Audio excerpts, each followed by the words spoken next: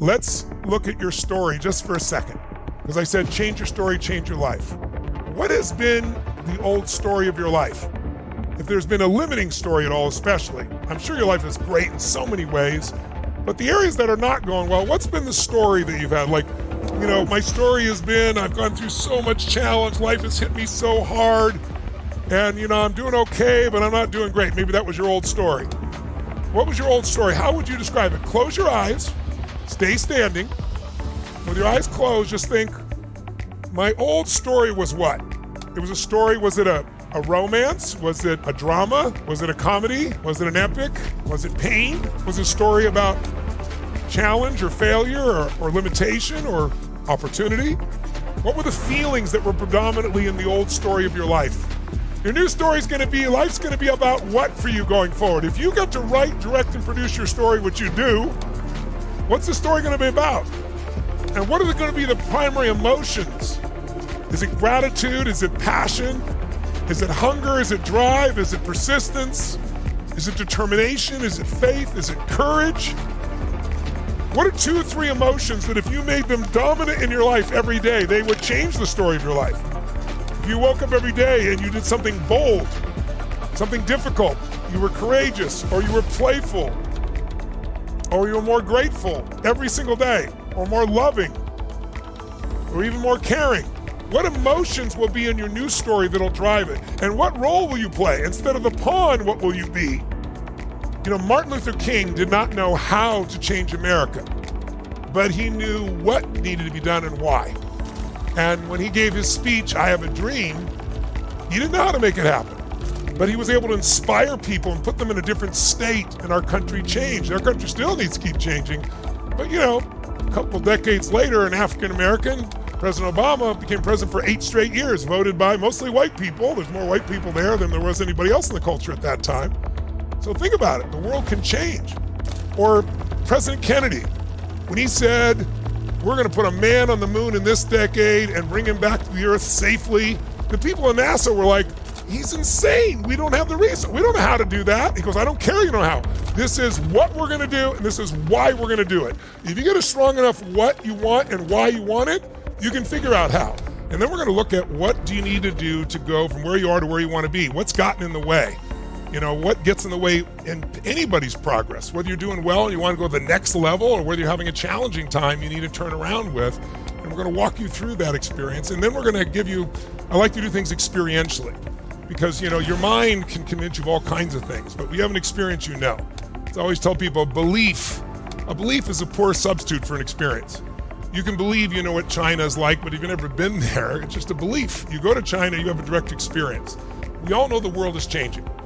If you read some of the studies that are done, at Cambridge and some of the major universities right now, they're all talking about between AI, nanotechnology, and robotics, we're going to be in a very different world very quickly. Not like 20 years from now, like in the next 3 to 8 years, there's going to be giant transformations. AI being one of the biggest, of course.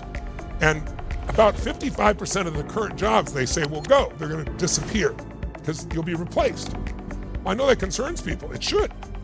If you look around at something as simple as, let's say, self-driving cars, they're not really effective yet, but they will be. I don't know, is it going to be 3 years, 5 years? But when they do, there's 8 million Uber drivers, truck drivers, taxi drivers. And what are they going to do? 150 years ago, 80% of America was farmers. Now it's 3% and we feed the whole world because of technology. But we're going to have to retool ourselves. So how can you step into this future and be confident that you can do well? How can you make sure your kids and grandkids can?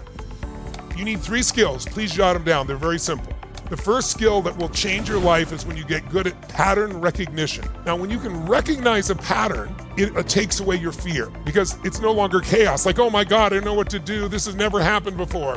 What's happening politically, what's happening with wars around the country, what's around the world, what's happening with inflation has happened multiple times about on every 80-year cycle. And so this is not new. And when you recognize a pattern, you're not fearful anymore. You can actually start to be in control if you master the second skill, which is pattern utilization.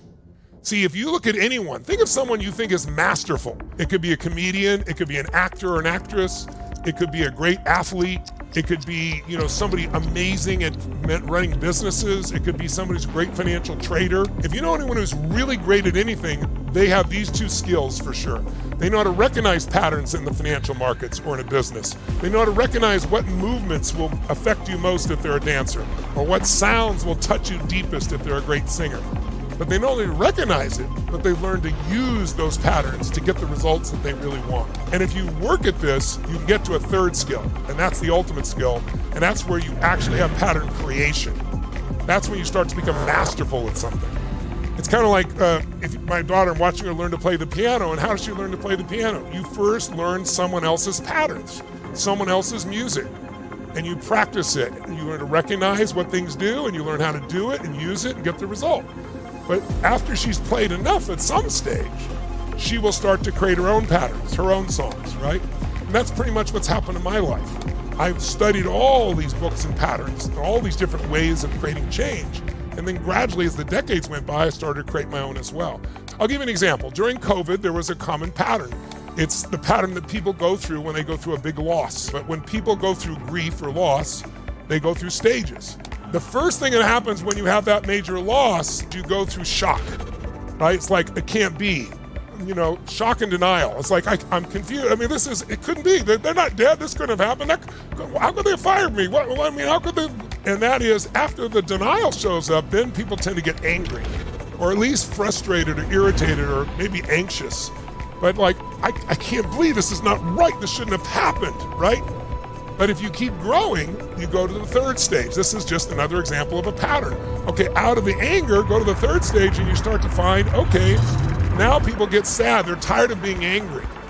So they go through sadness, they go through loss. Some people go into depression. And by the way, if you don't know where you're going, if you don't know the pathway out, you can get stuck in sadness. Some people are still depressed years later. What's the next step that people go through? You may have done this during COVID, bargaining. Like in your brain with God, like if you'll just do this, I'll do this. I'll promise if you'll get me through this, this will happen. It's kind of a negotiation stage with yourself or with God or with the world.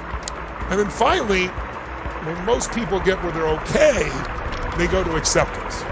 They start to say, well, it is what it is, and I just have to accept it, it's over. Now, I don't think that's the final step. That's the final step for most people. But I will tell you, the step that'll change your life if you're going through grief is at a sixth step. And that sixth step is for you to create something new. If there's one thing I can tell you beyond a shadow of a doubt that we all know is everything in life changes and everything ends. That can sound depressing. Our lives end, everything ends, but when something ends, something new begins if you look for it, if you create it. So what we want to do here is see if we can't retool ourselves for this environment. When I say retool ourselves, what I really mean by that is, if you've ever seen a race like the Le Mans race, a 24-hour race, or they have some desert races in the Sahara Desert, if you have the greatest car in the world, the best car, Mercedes, whatever it is, and you try to do the 24-hour Le Mans or the Baja 1000 or the Dakar 9,300 miles, it's 12 days in the Sahara Desert, 75 people have died. I don't care how great your car is, you've got to retool it for this environment. You're gonna have to retool your patterns in your own mind and body so that when things look terrible, you can still move forward, and it's not some BS positive thinking. I don't believe in positive thinking, just so you know. I believe in energy. People see me and on stage, there's 20,000 people in a stadium, they're jumping, they think, oh, it's rah-rah positive thinking. I've never been into it. Think of it as there's two worlds you gotta master. The external world and the internal world. The external world you can't control, but you can influence. But the internal world, you can have absolute control of what you think, what you feel, and most importantly, what you do. And that's where the results of your life come from.